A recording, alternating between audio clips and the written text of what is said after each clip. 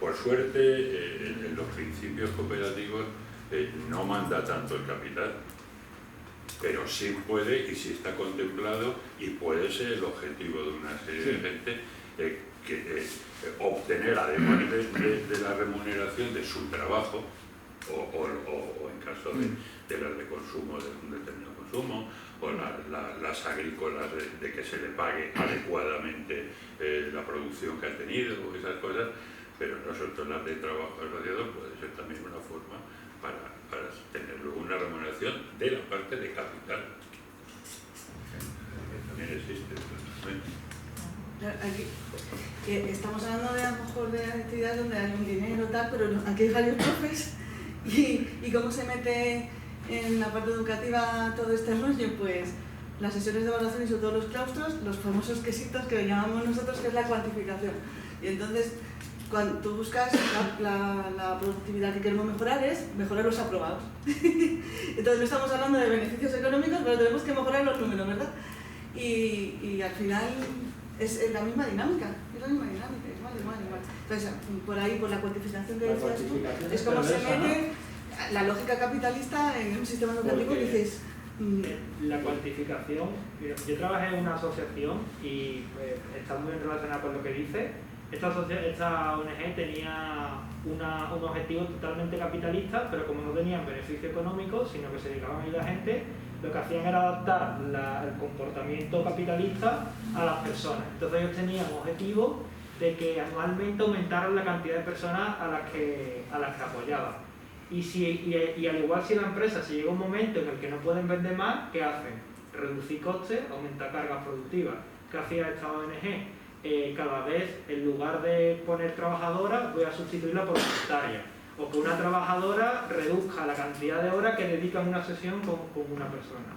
Vemos al final que son características muy diferentes, que crean dinámicas a veces muy parecidas, sobre todo por lo que nos hacen sentir, sobre todo en la medida de que no se prioriza o no se pone en el centro a las personas, y que se pueden dar en circunstancias muy diferentes, incluso en contextos que intentan cambiar las circunstancias tanto por las presiones externas, como hemos dicho, de que se circunscribe en un mercado, que se tiene que relacionar con otras empresas, tanto como por causas internas, como ha dicho la compañera, de que traemos más un poco de nacimiento y que no nacimiento del proceso, sobre todo de educativo, de socialización, que nos es más difícil limitar. Está muy guay porque sobre todo yo creo que vamos a volver a esto seguramente la semana que viene, y aunque ya hemos hablado mucho de las cositas, vamos a seguir un poco para hacer un poco de hincapié en esta característica que he dicho al principio que nos íbamos a centrar, y seguramente está muy relacionado con lo de los territorios que ya hemos dicho, pero vamos a ver un ejemplo práctico para ver también un poco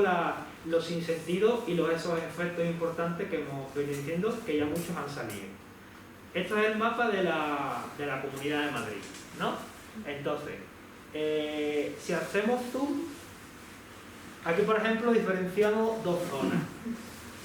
Una zona, el círculo rojo, si veis, coge La Roza, Majadahonda, Pozuelo, Boadilla, y el círculo azul coge lo que viene siendo la zona sur, tanto del municipio de Madrid como los municipios alrededor de la Comunidad de Madrid. Más o menos sabemos la diferencia que hay entre estos territorios. Sí. Vale.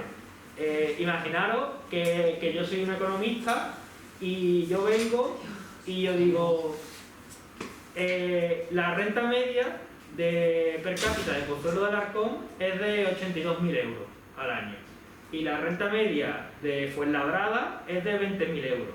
Y entonces yo digo, bueno, pues claramente Fuenlabrada está haciendo algo mal. Entonces Fuenlabrada, efectivamente, ¿no? Es como está bastante claro, Fuenlabrada debería de aprender la forma en la que Pozuelo hace economía, creo yo, y debería desarrollar los conocimientos y sobre todo las prácticas de Pozuelo para alcanzar su media per cápita. Y además, yo esto no me lo he inventado, sino que no sé si conocéis a Juan Ramón Rayo, que es un economista realmente que se le da bastante prestigio en los medios de comunicación. Y él tiene, por ejemplo, uno de los artículos que dice la economía, y esto es una de las principales bazas que se utilizan a la hora del desarrollo económico, es que la economía no es un juego de suma cero. sino de saldo positivo y expansivo, salvo si el Estado genera sustraendos aún mayores. Es decir, que la culpa en todo caso, si Fuenlabrada no pudiera convertirse en Pozuelo, probablemente la culpa sería del Estado. La tarta no está dada, dice, sino que crece arrojando unas porciones cada vez mayores para todos, salvo si el Estado se come de un bocado al horno y al panadero, dice esto. Qué listo es. Mamá, me quedo. Una de las cosas que a mí me gusta, bueno, no se ha explicitado, pero ¿por qué hace falta que se explicite? ¿Por qué Fuenlabrada, por lo que las risas que yo vi un poco, le costaría convertirse en Pozuelo? No es que le costaría, es que son focos de atracción de habitantes totalmente diferentes. O sea, que Fuenlabrada atrae a los habitantes de menos renta y Pozuelo atrae a los habitantes de mayor renta del resto de las zonas de Madrid. No es que Fuenlabrada no pudiera, es que hay una diferencia humana previa. ¿Puede que la gente que vive en Pozuelo y en Fuenlabrada trabajen fuera de Pozuelo y Fuenlabrada? Es decir, ¿puede que haya gente de Pozuelo y Fuenlabrada que trabajen en un mismo sitio que no está ni en Pozuelo ni en Sí, Fuenlabrada? pero no en el mismo puesto. Unos serían limpiadores o serían, por simplificar, o sea, esto es un poco simple, pero uno y el otro sería el directivo. Es que no podría. El problema es ese, el problema es de lo que parte. No se puede extraer Fuenlabrada porque ambos pertenecen a un mismo conjunto de entidad económica y de funcionamiento económico. No se puede desligar. Para que Fuenlabrada fuera como Pozuelo, habría primero que destruirlo. Y luego crear un Pozuelo. Bien, en Fuenlabrada. Pero no puedes hacer de Fuenlabrada eso, porque ni el valor de la tierra, ni el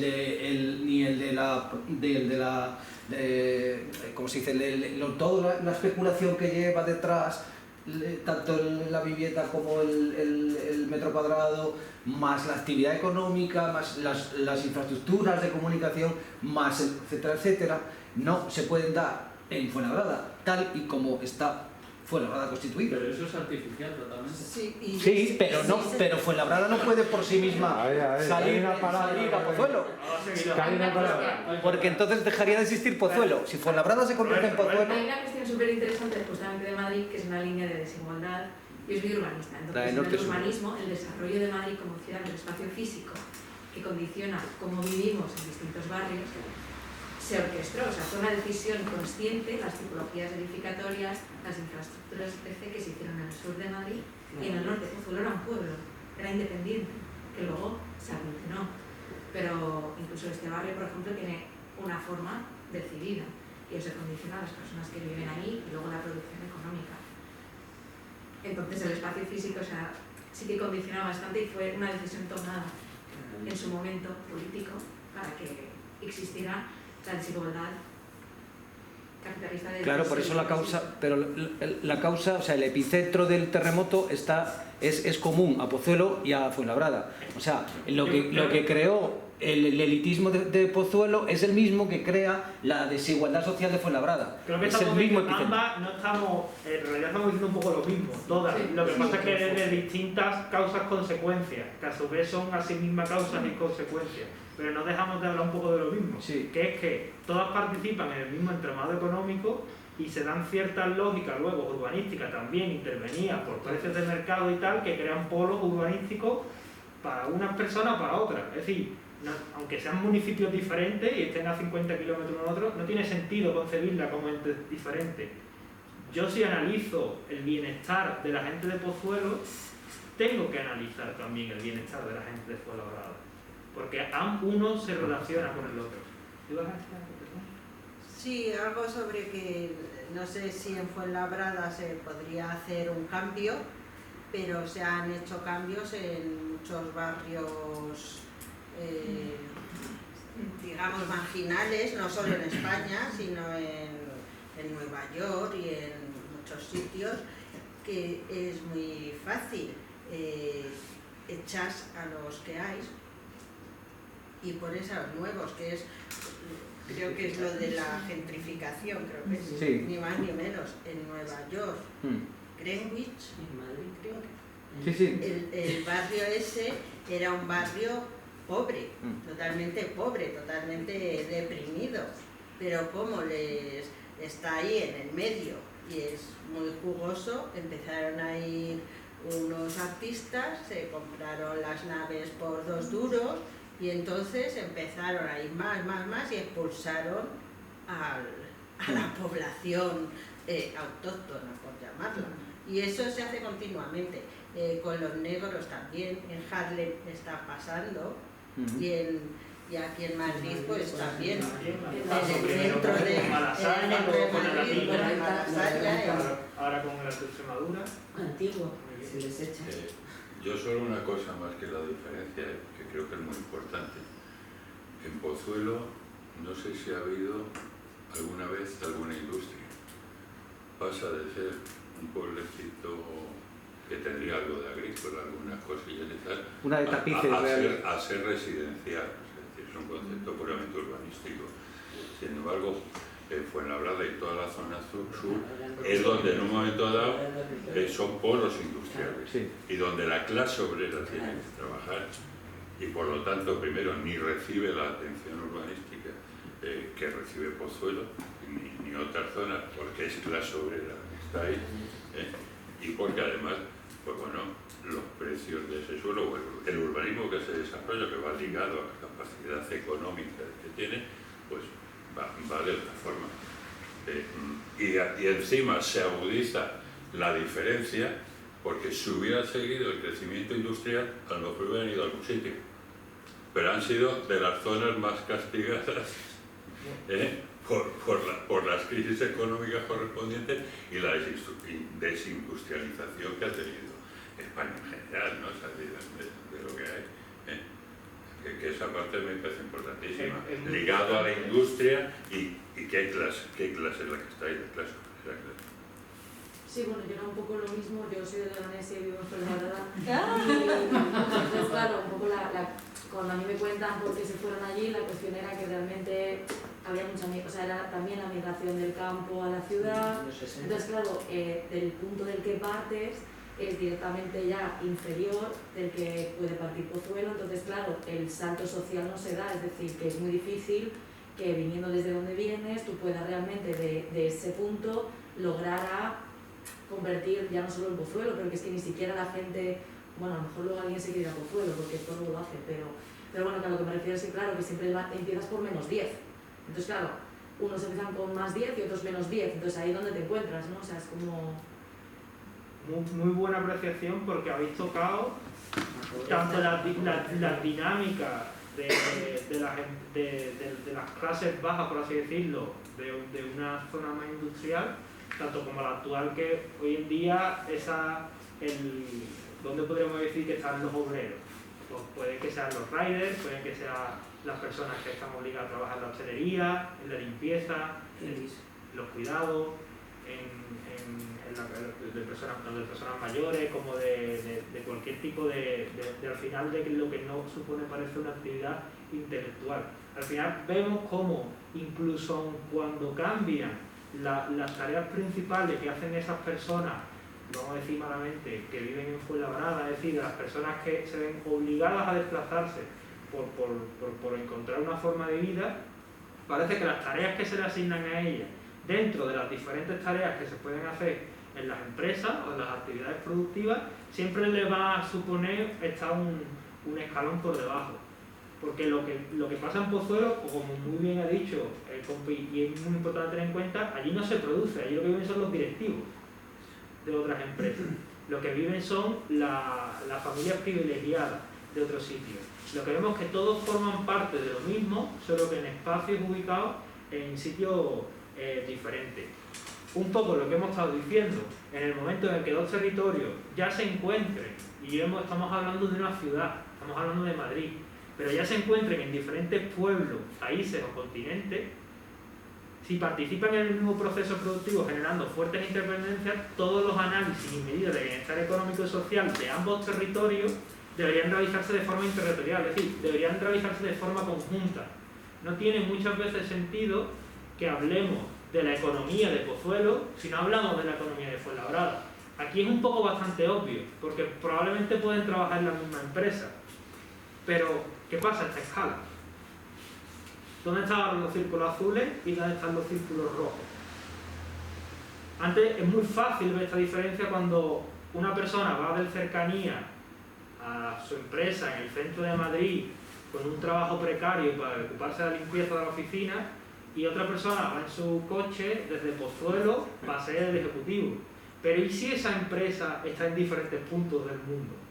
¿Y si lo que pasa es que la persona que se despierta va a fabricar camisetas y se encuentra en Bangladesh, y su jefe se encuentra en una ciudad rica de su propio país, y el jefe de su jefe se encuentra en una oficina de A Coruña, de Inditex, y el jefe de su jefe de su jefe se encuentra en una mansión en Pozuelo? Sí, ¿forman parte todos del mismo entramado económico? ¿Forman parte del mismo ente económico? Sí, forman parte de la misma cadena productiva, es lo que llaman las cadenas globales de producción. ¿Qué pasa? Que si bien es relativamente más fácil ver esta realidad a un nivel territorial relativamente pequeño, cuando ocurren a este nivel prácticamente están súper invisibilizadas, y aun queriendo relacionarlas es bastante compleja, también por la por la dependencia al dato que tenemos y la poca capacidad de relacionar esos datos, al menos de unir unos puntos con los otros. La cuestión es que hoy en día, y esto es lo que yo creo, no tiene sentido hablar del PIB de un país. En el momento en el que ese país tiene una relación económica, y muchas veces dependencia también, como dice la compañera, porque a lo mejor es su única fuente de ingresos. Si ahora Venezuela se vuelve loca por poder vender petróleo porque no pueden, o gas porque no pueden comprárselo a Rusia. No sé si este es el caso o algo así, pero no lo he oído. Pero la cuestión es que hay países que han estado empobrecidos o se les ha empobrecido porque se les ha excluido a las tareas de poco valor añadido que llaman, a las tareas productivas y extractivas, y al final se ven obligadas a autoexplotar sus propios territorios para poder participar en el pastel en el trocito del pastel. Decía el pastel siempre crece. Una de las cuestiones es que el pastel probablemente crezca y a costa del planeta. Otra cosa es que luego vamos a ir viendo hasta cuándo puede crecer el pastel. Pero una cosa muy común de la economía y de yo creo que del mundo hoy en día también es que no se suele diferenciar los grados de las cosas. Siempre que parece como las máquinas, es como si fuese como si lo digital, si los ordenadores nos hubieran transferido esa forma binomial de entender la realidad, la que solo hay ceros o unos. El economista siempre dice, no, va a crecer, pero nunca te va a decir cómo se distribuye esa riqueza. En el momento en que tú hablas de distribución de riqueza probablemente, por que esa palabra yo no la he escuchado, es de la carrera, cuando es algo bastante obvio que lo importante no es solo crearla, es cómo se distribuye. Obviamente el hecho de que esto no se pronuncie, hay una parte que es ignorancia por no cuestionar lo que te enseña, y otra parte la que evidentemente es intencionado. Porque incluso muchos economistas por ejemplo John Stuart Mill, que se consideran los padres del capitalismo y que es el padre del utilitarismo, este hombre, padre del utilitarismo, es decir, una concepción material e individualista a más no poder de la sociedad. Esta persona decía que había que pensar un momento en el que había que dejar de preocuparse por el crecimiento económico. Es decir, gente que aún se le ha sido el padre de esta persona, por ejemplo en concreto, era un hombre que era fan de Jeremy Bentham, que es una persona que está muy colgada, que lo he leído en algún aspecto, y este era, hay un libro que a mí me gustó mucho que se llama, creo que se llama La idea de la justicia, es de un profesor y habla, la idea de la justicia, no recuerdo bien el nombre, creo que es Sandel, con 2 L's al final, y él habla sobre diferentes concepciones de qué es lo justo o lo injusto en función de distintas doctrinas o teorías políticas. Y es bastante interesante porque te da un poco a entender cómo ellas influyen mucho al capitalismo. Un libro que también me gusta mucho... Amartya Sen. ¿El que tú dices? Amartya Sen es otro. El Sandel es otro también que está muy bien. Amartya Sen hay una cosa de Amartya Sen que a mí me gusta mucho, pero eso lo voy a decir en la semana que viene. El libro creo de Michael Sandel, creo que es el de justicia. Ese, de Michael Sandel. Sandel, no Sandel, así. Sí, ese. bueno, yo Sandel. Sí, claro. Michael Sandel ese. Y es bastante cortito y es bastante leíble. Y por último, con respecto a las dinámicas y características del capitalismo, uno de los que a mí más me gustan es un libro que se llama El individualismo posesivo de Macpherson, que era un teórico canadiense, y él trataba de resumir ese capitalismo en una cosa que él llamaba el individualismo posesivo, en el que mezcla ese individualismo con esa necesidad de poseer, de la propiedad privada, de la acumulación. Después hay muchas formas de concebirlo, que el doctor te da algunas visiones. Faustin Berlin, no sé si sabéis quién es, él hablaba del consumo ostentoso. Por ejemplo, leerlo sí que es difícil el hombre, porque además el hombre como que era súper satírico y para explicar que no tiene sentido la valoración del crecimiento económico, literalmente escribe, claro, porque cuando los nómadas iban a cazar con la caña estaban todo el rato constantemente pensando, ¿y los costes y los beneficios que voy a tener yo lanzando la caña? Haciendo un poco la ilusión de que ellos simplemente iban a comer, cogían y se iban para casa, no tenían esa concepción de inversión de la actividad económica, de esperar un beneficio económico. Es decir, hay muchos autores, muchas autoras que lo explican de diferentes formas. Algunos se centran más en unas características, otros en otros. Pero en todo caso, volviendo un poco al tema, es que estas relaciones de las cadenas, pues un poco lo que hemos dicho ya algunas veces, pues que es las relaciones de colonialismo o neocolonialismo, en las que obviamente las principales protagonistas son las empresas transnacionales. Y es la explotación de las vidas y los territorios del sur global hasta punto en el que los propios países ricos absorben literalmente a las personas de estos países. Que estas personas se ven obligadas a migrar desde esos sitios a estos sitios para al menos mejorar un mínimo por ciento la forma de explotación en la que sufre, pero probablemente sufriendo nuevas formas de explotación. Es decir, no solo se explota allí, sino que se trae de allí para acá para seguir explotando. Este neocolonialismo es verdad que es algo que se sabe, pero que poco, o al menos probablemente derivado de esa sensación de realismo capitalista, poca incidencia se hace, porque realmente dejar de producir todo en otros países es sumamente difícil. Todo lo que producimos hoy en día, todo no, pero la mayor parte de lo que consumimos viene de fuera.